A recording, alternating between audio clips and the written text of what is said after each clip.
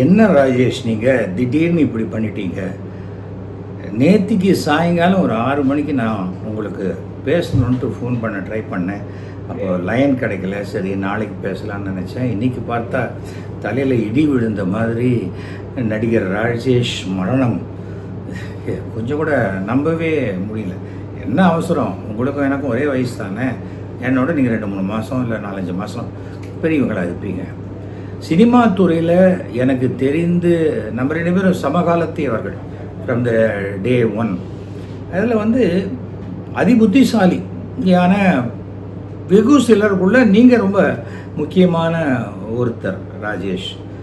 பள்ளிக்கூட வாத்தியாராக இருந்த நீங்கள் கடைசி வரைக்கும் யாருக்காவது ஏதாவது ஒரு நல்ல விஷயத்த சொல்லி கொடுத்துட்டே தான் இருந்தீங்க.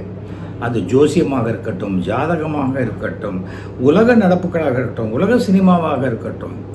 நீங்களே ஒரு தடவை சொல்லியிருக்கீங்க, சார் நீங்கள் ஸ்டார் சார், நான் ஆக்டர் அப்படிம்பீங்க. தெரியும், கண்டிப்பாக நீங்கள் ஒரு மிகச்சிறந்த நடிகர், நான் அந்த ஸ்டார் அது மின்ற மாதிரி, அவ்வளோதான், அதுக்கு மேலே இல்லை. ஆனால் என்ன அவசரம்?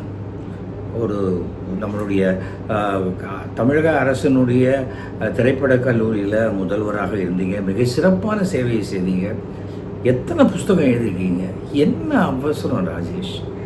நிஜமாகவே மனசுக்கு ரொம்ப சங்கடமாக இருக்குது. எம்ஜிஆரிலிருந்து எம்ஜிஆர் மனைவி ஜானகி அம்மா கிட்டேருந்து அத்தனை பேருக்கும் நீங்கள் அன்பினால் நெருக்கமானவர். 150 படத்துக்கு மேலே பண்ணியிருக்கீங்க. ஆனால் ராஜேஷ், உங்களுக்கு இறப்பு கிடையாது. அதாவது டெலிவிஷன் சினிமாவும் இருக்கிற வரைக்கும் நீங்கள் வாழ்ந்து கொண்டே தான் இருப்பீங்க. என்ன, இந்த உடல் என்பது இருக்காது. விடுங்க, எல்லாரும் ஒரு நாள் அதை விட்டுட்டு தானே போகிறாங்க. ஆனால் உங்களுடைய ஆத்மா சாந்தி அடைய வேண்டும் என்று நான் பிரார்த்தனை பண்ணுறேன். உங்கள் நினைவுகள், நீங்கள் செய்த செயல்கள் அனைத்தும், அது தொலைக்காட்சியாக இருக்கட்டும், சினிமாவாக இருக்கட்டும், ஜோசியமாக இருக்கட்டும், உங்களுடைய படைப்புகள் இருக்கிற வரைக்கும் நீங்கள் அனைவருடைய நினைவிலும் வாழ்ந்து கொண்டிருப்பீர்கள்.